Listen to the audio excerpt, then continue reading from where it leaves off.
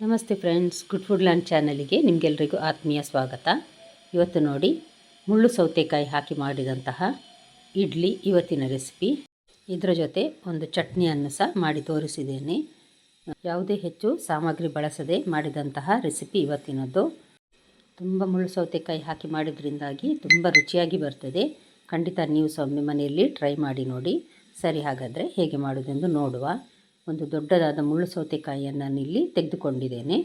ಇದನ್ನು ಸಿಪ್ಪೆ ತೆಗೆದು ನಾನಿಲ್ಲಿ ತುರಿದು ಇಡ್ತೇನೆ. ನಾವು ಕ್ಯಾರೆಟ್ ಎಲ್ಲ ಹಲ್ವಕ್ಕೆ ಮಾಡಲಿಕ್ಕೆ ಹೇಗೆ ತುರಿತೇವೆ ನೋಡಿ, ಅದೇ ರೀತಿ ಇದನ್ನು ಗ್ರೇಟ್ ಮಾಡಿದ್ರಾಯಿತು.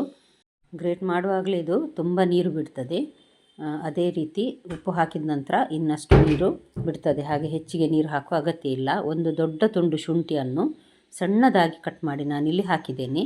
ಅದೇ ರೀತಿ 2 ಕಾಯಿಮೆಣಸನ್ನು ಸಹ ಸಣ್ಣದಾಗಿ ಕಟ್ ಮಾಡಿ ಹಾಕಿದ್ದೇನೆ. ಕೊತ್ತಂಬರಿ ಸೊಪ್ಪು, ಇದಕ್ಕೆ ಮೊಸರು ಹಾಕದೆ ನಾನು ಮಾಡ್ತಾ ಇದ್ದೇನೆ. ತುಂಬ ರುಚಿಯಾಗಿ ಸಹ ಬರ್ತದೆ. ಮತ್ತು ರುಚಿಗೆ ತಕ್ಕಷ್ಟು ನೋಡಿ ಉಪ್ಪು ಹಾಕಬೇಕು. ನಾನು ಸಣ್ಣ ಟೀ ಸ್ಪೂನಲ್ಲಿ 1/4 ಟೀ ಸ್ಪೂನ್ನಷ್ಟು ಹಾಕಿದ್ದೇನೆ. ಇದನ್ನೊಂದು ಸಲ ಈ ರೀತಿ ಚೆನ್ನಾಗಿ ಉಪ್ಪು ಹಾಕಿದ ನಂತರ ಮಿಕ್ಸ್ ಮಾಡಿ ಒಂದು 5 ನಿಮಿಷ ಇಟ್ಟರೆ ಚೆನ್ನಾಗಿ ನೀರು ಬಿಟ್ಟಿರ್ತದೆ ಮುಳ್ಳು ಸೌತೆಕಾಯಿದ್ದು. ನೋಡಿದ್ರಲ್ಲ.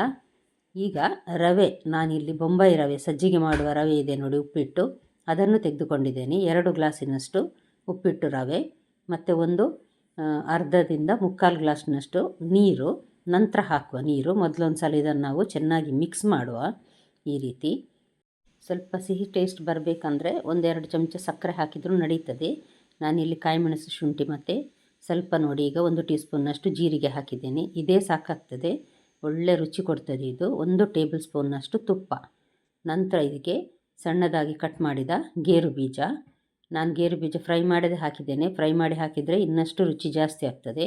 ಇದಕ್ಕೀಗ ನಾನು 1/4 ಗ್ಲಾಸ್ನಷ್ಟು ನೀರನ್ನು ಹಾಕಿ ಒಂದು 5 ನಿಮಿಷ ಹಾಗೆ ಇಡ್ತೇನೆ.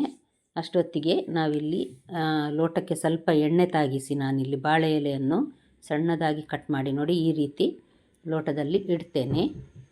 ಇದೆಲ್ಲ ರೆಡಿ ಮಾಡಿ ಚಟ್ನಿಗೆ ರೆಡಿ ಮಾಡುವಾಗ ರವೆ ಚೆನ್ನಾಗಿ ನೆನೆದಿರ್ತದೆ. ಇದೇ ರೀತಿ ನೋಡಿ ಎಲ್ಲ ಲೋಟಕ್ಕೆ ಸಹ ನಾನು ಈ ರೀತಿ ಸಣ್ಣದಾಗಿ ಕಟ್ ಮಾಡಿದ ಬಾಳೆ ಎಲೆಯನ್ನು ಇಟ್ಟಿದ್ದೇನೆ. ಇದಕ್ಕೆ ನಾವು ಇಡ್ಲಿ ಹಾಕುವಾಗ 1 ಟೀ ಸ್ಪೂನ್ನಷ್ಟು ಈನೋ ಪೌಡರನ್ನು ಹಾಕಿದರೆ ತುಂಬ ಸಾಫ್ಟಾಗಿ ಬರ್ತದೆ. ಹಾಕದೇ ಇದ್ದರೆ ಸಹ ನಡೀತದೆ. ಒಂದು ಅರ್ಧ ಕಪ್ಪಿನಷ್ಟು ನಾನಿಲ್ಲಿ ತೆಂಗಿನ ತುರಿ, ಫ್ರೆಶ್ ತೆಂಗಿನ ತುರಿ ಹಾಕ್ತಾ ಇದ್ದೇನೆ. ಇದು ಎಕ್ಸ್ಟ್ರಾ ಟೇಸ್ಟ್ ಕೊಡ್ತದೆ, ಅದಕ್ಕೋಸ್ಕರ. ಈಗ ನೋಡಿ, ನಾನು ಸ್ವಲ್ಪ ನೀರು ಮತ್ತು ಈನೋ ಹಾಕಿ ಇಡ್ಲಿ ಹಾಕಲಿಕ್ಕೆ ರೆಡಿ ಮಾಡ್ತೇನೆ. ಇದು ನೋಡಿ, ಪಾತ್ರೆಯನ್ನು ನಾನು ಮೊದಲೇ ನೀರು ಹಾಕಿ ಬಿಸಿ ಆಗಲಿಕ್ಕೆ ಇಟ್ಟಿದ್ದೇನೆ. ಈ ಲೋಟವನ್ನು ಒಂದೊಂದಾಗಿ ಇಡ್ತೇನೆ ನಾನಿಲ್ಲಿ. ಹೈ ಫ್ಲೇಮಲ್ಲಿ ಒಂದು 1/4 ಗಂಟೆ ಅಂದರೆ 15 ಮಿನಿಟ್ಸ್ ಬೇಯಿಸಿದರೆ ಸಾಕು. ಇದನ್ನು ಈನೋ ಫ್ರೂಟ್ ಸಾಲ್ಟ್ ಅಥವಾ ಸೋಡಾ ಹುಡಿ ಇದನ್ನು ಹಾಕಿದರೆ ಸ್ವಲ್ಪ ತುಂಬ ಸಾಫ್ಟಾಗಿ ಬರ್ತದೆ ಅಂತ. ಹಾಕದೆ ಸಹ ಮಾಡ್ಬೋದು, ತೊಂದರೆ ಇಲ್ಲ. ಸ್ವಲ್ಪ ಗಟ್ಟಿ ಇರ್ತದೆ, ಅದಕ್ಕೂ ಅಷ್ಟೇ. ತಕ್ಷಣ ಮಾಡಬಹುದಾದ್ರಿಂದ ಬೆಳಿಗ್ಗೆ ಸ್ವಲ್ಪ ಲೇಟಾಗಿ ಎದ್ದರೆ ಸಹ ಇದನ್ನು ಬೇಗನೆ ಮಾಡ್ಕೊಳ್ಬಹುದು. ಮಕ್ಕಳಿಂದ ಹಿಡಿದು ಎಲ್ರಿಗೂ ತುಂಬ ಇಷ್ಟಪಟ್ಟು ತಿನ್ಬೋದು ಇದನ್ನು. ನೀವು ಸಹ ಒಮ್ಮೆ ಖಂಡಿತ ಟ್ರೈ ಮಾಡಿ ನೋಡಿ. ಈಗ ನಾನು ಇದನ್ನು 1/4 ಗಂಟೆ ಜೋರು ಉರಿಯಲ್ಲಿ ಬೇಯಲಿಕ್ಕೆ ಇಟ್ಟಿದ್ದೇನೆ. 1/2 ಕಪ್ಪಿನಷ್ಟು ತೆಂಗಿನ ತುರಿ ಚಟ್ನಿಗೆ ಇದು, ಕಾಯಿಮೆಣಸು, ಸ್ವಲ್ಪ ಕೊತ್ತಂಬರಿ ಸೊಪ್ಪು ಮತ್ತೊಂದು ಸಣ್ಣ ತುಂಡು ಶುಂಠಿ, ಇದನ್ನು ಮತ್ತು ರುಚಿಗೆ ತಕ್ಕಷ್ಟು ಉಪ್ಪು, ಒಂದು 3 ಟೇಬಲ್ ಸ್ಪೂನ್ನಷ್ಟು ಮೊಸರು. ಚಟ್ನಿಗೆ ಇಷ್ಟೇ ಹಾಕಿ ನಾನೀಗ ಇದನ್ನು ನುಣ್ಣಗೆ ರುಬ್ಬಿ ತರ್ತೇನೆ ನೋಡಿ. ಒಳ್ಳೆ ರುಚಿ ಕೊಡುವ ಚಟ್ನಿ ಇದು.